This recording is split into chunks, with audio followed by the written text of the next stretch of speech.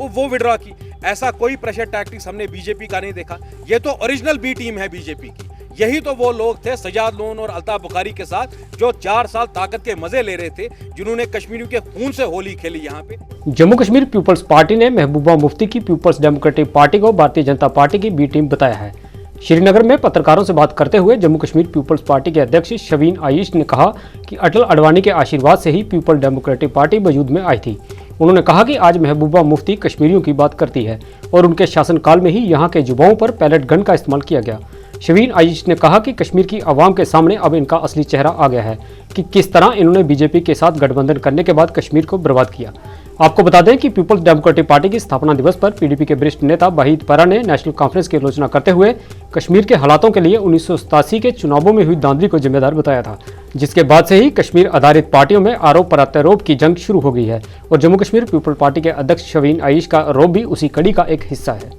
News today राष्ट्र के लिए श्रीनगर से फिरदौस खान की रिपोर्ट। यही कहना चाहता हूं कि आज they stand yet again exposed in front of people of Jammu and Kashmir की क्या इन्होंने किया है 5 अगस्त 2019 के बाद। सारी दुनिया को मैं आपकी वसादत से ये बात बताऊं कि पीडीपी की 5 अगस्त 2019 को जो मनसूखी हुई, गैर आईनी गैर जमहूरी मनसूखी हुई 370 की, पीडीपी की सुप्रीम कोर्ट में उसके खिलाफ कोई भी एप्लीकेशन नहीं है।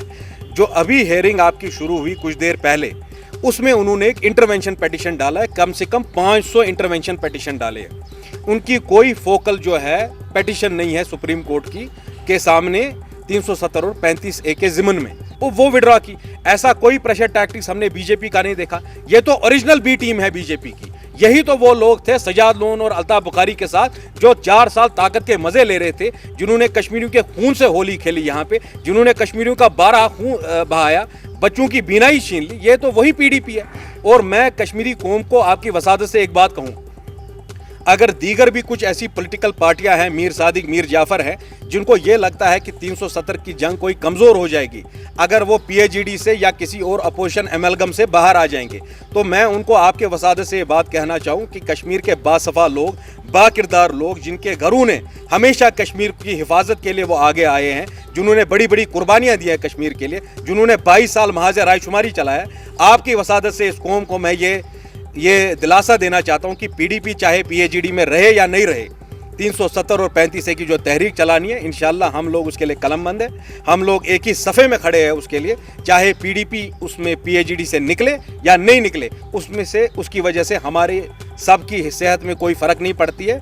जो हमारा केस है सुप्रीम कोर्ट के सामने, इंशाल्लाह वो एक स्ट्रॉन्ग केस है और मुझे उम्मीद है सुप्रीम कोर्ट जो है वो कश्मीर के लोगों से इंसाफ करेगा इंशाल्लाह। मैं वही कह रहा हूँ कि आप इससे पहले जानते हैं कि भाई सजाद लोन चले गए जो नरेंद्र मोदी के छोटे भाई है, और अल्ताफ बुखारी बीजेपी के साथ है।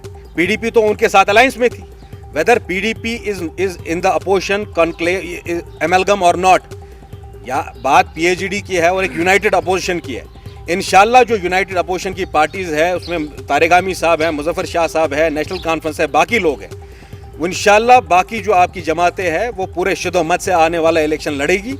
मैं फिर भी आपके वसादत से दोबारा इस बात को रिएटरेट करूं, अगर फिर भी किसी के मन में कोई खोट है या कोई बीजेपी के जुल्म से डर रहा है, वो अगर निकल भी जाए, हमारी जो पिटीशन है वो सुप्रीम कोर्ट के सामने है और हम आखिरी दम तक जो है इस जंग को लड़ते रहेंगे। Till last man standing we will defend 35A and 370 in the honourable supreme court of